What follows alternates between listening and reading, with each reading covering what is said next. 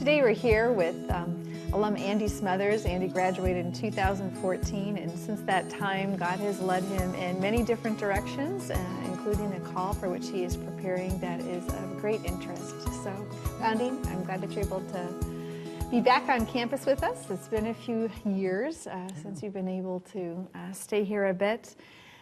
Tell me a little bit about what happened after graduation. Where did God lead you for that first stop? Sure.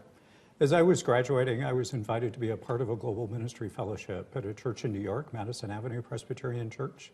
And in that fellowship, I spent the summer training and getting oriented, but then served in Africa for a year with 9 different denominations there, teaching lay people to lead churches.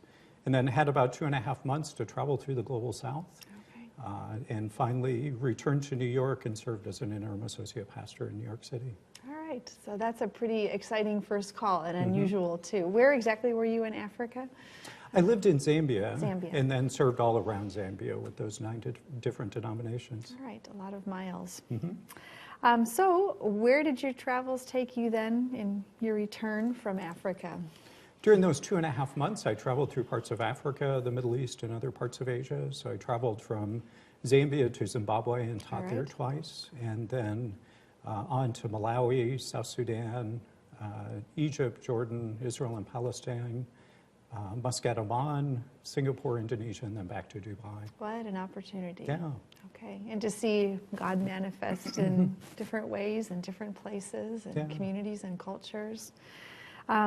So now you are preparing for a new call that is out in the world too. Tell us a little bit about that call. Yeah, I was feeling the urge to move into a new ministry, and I've always felt called to go into overseas service.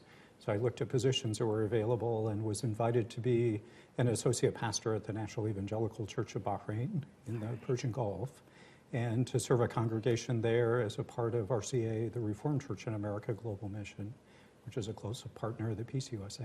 All right. To orient us a little bit on neighboring countries or the part of the world where we find Bahrain. Sure. Bahrain is a nation of about 33 islands in the Persian Gulf as we often know it, but as the Arab Gulf as they generally know it. And it's located just a few miles east of Saudi Arabia. So close by would be Dubai and the United Arab Emirates, Iran. Iraq is not too far away. And Saudi Arabia is very close. So this ministry for which you're preparing with the church, is this a new ministry for the Reformed Church in America?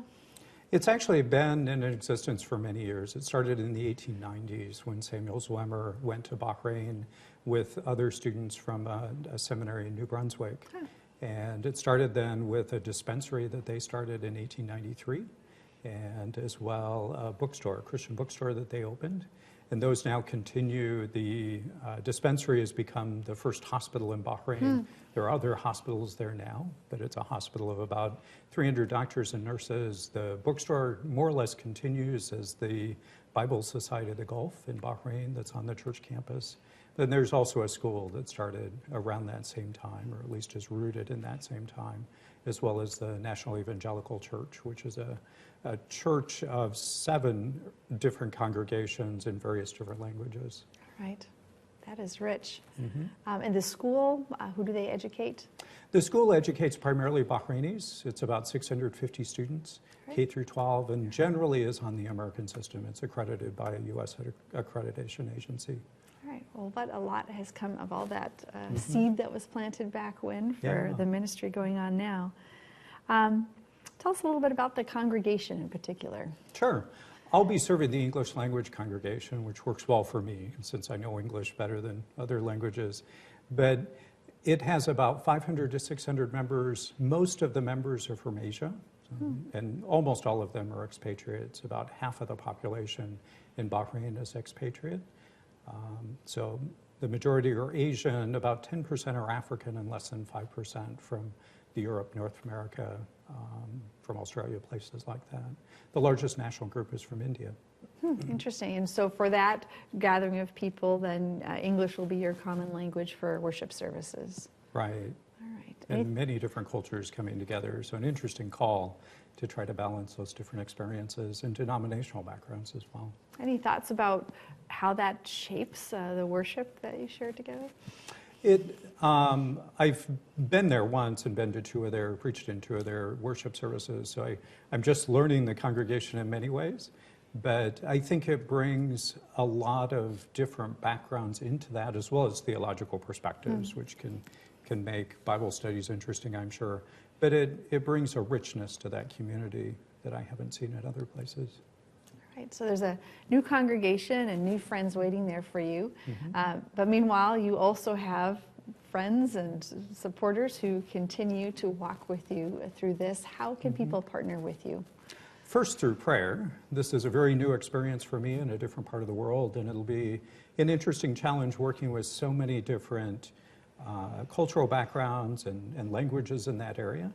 But so I would invite prayer for that, but also prayer for the congregation as they try to work together, and as these 7 different congregations try to work together and share a building and allow even 15 other congregations to use that building at times.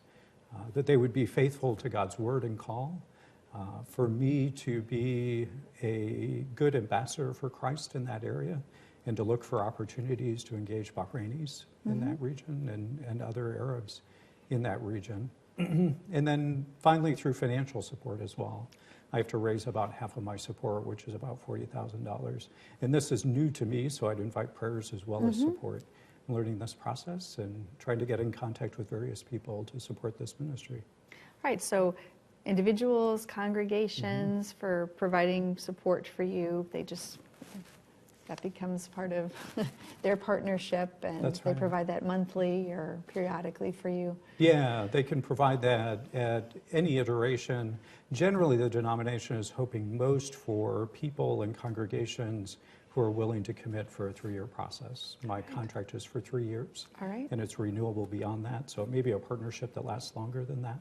But initially, they're concerned about getting those first 3 years funded. All right, so your first call is for 3 years. And for those who aren't familiar with this is a very common model for mission to enjoy the direct support of individuals and congregations, and then also the support of the larger church.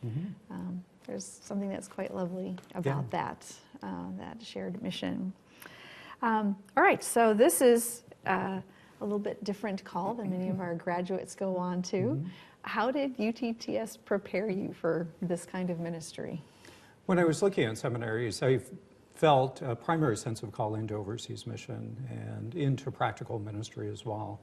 And I chose UDTS because it had professors who had backgrounds as missionaries and as pastors, and they focused on practical ministry, but also had 3 required missions courses.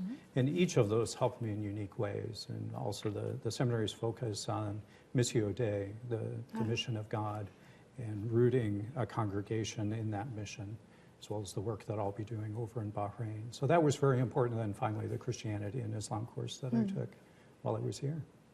Terrific. Thank God for the things that were set in place years ago that are now useful tools for you as you minister. Anything else you'd like to share with us until we hear news from you from afar? If people would like to get more information, they can go out to my blog at andyinbahrain.tumblr.com or send me an email at andyinbahrain@gmail.com. I remember from your previous travels when you were in Africa that you're a wonderful writer and pictures and everything there. So thank you for making that access for us to journey with you in a sense. Sure. I look forward to that. All right, God go with you. Yeah. We will look forward to talking with you again with news for what has happened further down the road. Sure. Thank you.